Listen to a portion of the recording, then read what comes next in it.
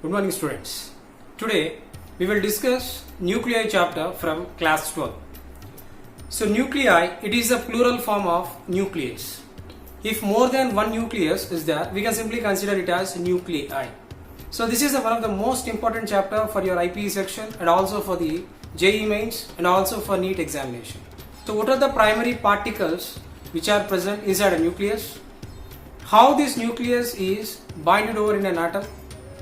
What happens if an atom is unstable? So what are the working activities of this nucleus? All these things we are going to discuss in this chapter. So nucleus is the major part of an atom. The mass of entire atom depends on, otherwise the mass of entire atom is located at this nucleus.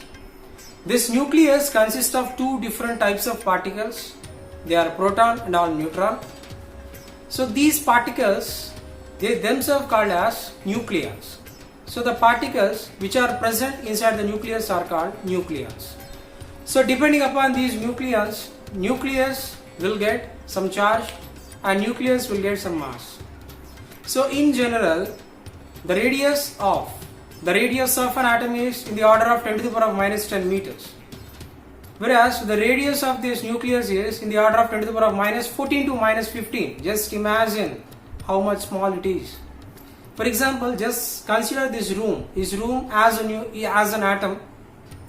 The size of this atom is the radius of the atom, and if you took a small pin, the head of that pin is the radius of that nucleus. Just imagine how much small it is. When you compare this pin with this room, the size or the radius of that nucleus is the head of the pin, and the radius of this entire atom is the size of this room. That much small it is. The entire mass of an atom is located near this nucleus only. The charge of nucleus is positive and the whole mass is located at this center only. As we know, the majority part or the maximum area of an atom is hollow space. We don't have anything there. So we have a lot of laws and we have a lot of theories explained by a lot of scientists. They proposed that majority of the space inside the atom is free space. A negatively charged particle which is revolving around the nucleus, we named it as electron, and inside this nucleus, the small portion, we have two different types of particles, neutron and proton. The charge of proton is positive and the charge of neutron is neutral, and the charge of proton is 1.6 into 10 to the power of minus 19 of positive charge, which is similar or which is same as electron charge, which is negative. The charge of electron is 1.6 into 10 to the power of minus 19, it is negative, and the charge of proton is positive. And the mass of proton is 1.67 into 10 to the power of minus 27 kg, and the size of neutron is also 1.67 into 10 to the power of minus 27 kg. We can simply consider this mass as one atomic mass unit, 1 AMU.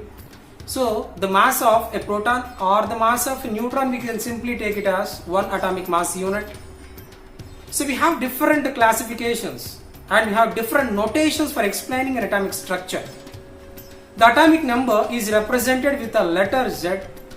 It represents, in our earlier classes we studied that the number of electrons or the number of protons which are present in an atom is represented by this atomic number. Here we have a conflict. Here the point is, for example, if an atom donates an electron, otherwise if an atom receives an electron, automatically the number of electrons will change. So in that particular scenario, we can't directly say the number of electrons is equal to the atomic number. That's why we are taking it as proton number. The number of protons which are present in an atom is the atomic number of that particular atom, because that proton number is not going to be changed, right? And the second number is mass number. Mass number, which is represented by the letter A, it is the sum of the number of neutrons and the sum of number of protons. So n plus p, it will give as the mass number. It is not atomic mass, it is atomic mass number. Then how we can get atomic mass number? If you multiply this A with AMU, atomic mass unit, then you are going to get atomic mass of an atom. So 1 AMU means the mass of a neutron, otherwise the mass of a proton, which is 1.67 into 10 to the power of minus 27 kg. This is known as atomic mass unit. If you multiply this atomic mass unit with this atomic mass number, then you are going to get atomic mass of an atom. Very, very, very beautiful concept. So here one thing, atomic number is represented by letter Z. Atomic mass number is represented by the letter A. Here atomic number means number of protons. Atomic mass number means number of protons plus number of neutrons. For example, if you want to get how many number of neutrons are present in an atom, then what we have to do?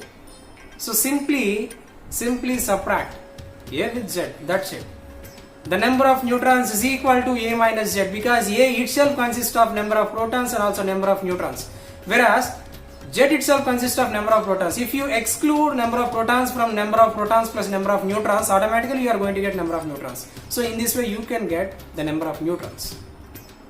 Is it clear? So the discovery of neutron, it makes a lot of difference in the explanation of atomic structure, because before the discovery of neutron they don't know what exactly happening inside the nucleus.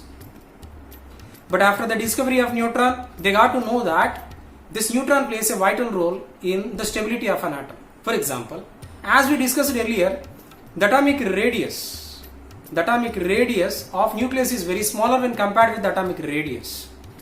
So in that particular scenario, in that small space, very small space, we have to accommodate maximum number of protons. All these protons are of same mass and also same charge, and that too they are positively charged. The basic principles of physics, it will explain that always same charges repel with each other.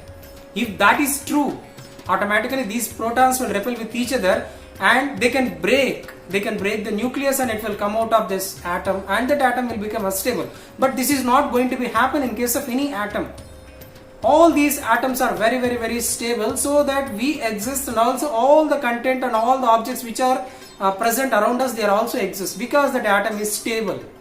The reason behind this one is, these protons, they try to repel with each other. One particle try to avoid this, that particle is neutron. This neutron is binding two protons together. So that is the reason why this neutron, they themselves doesn't have any charge.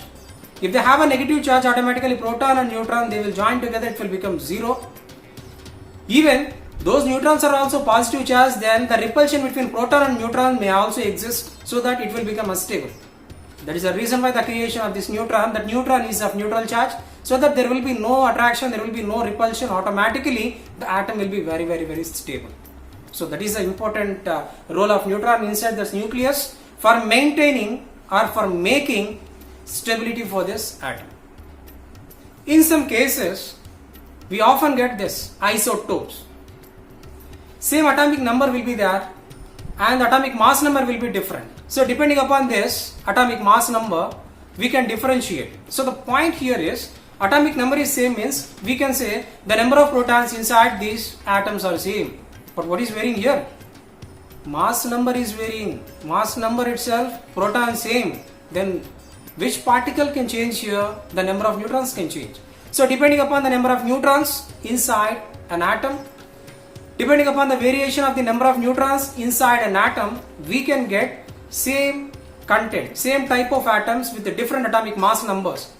These series of arrangement, we can simply call it as isotopes. For example, carbon 612, carbon 613 and carbon 614. So all these isotopes, they are varying only in one content, that is the number of neutrons. So this is a brief introduction part for this nuclei chapter.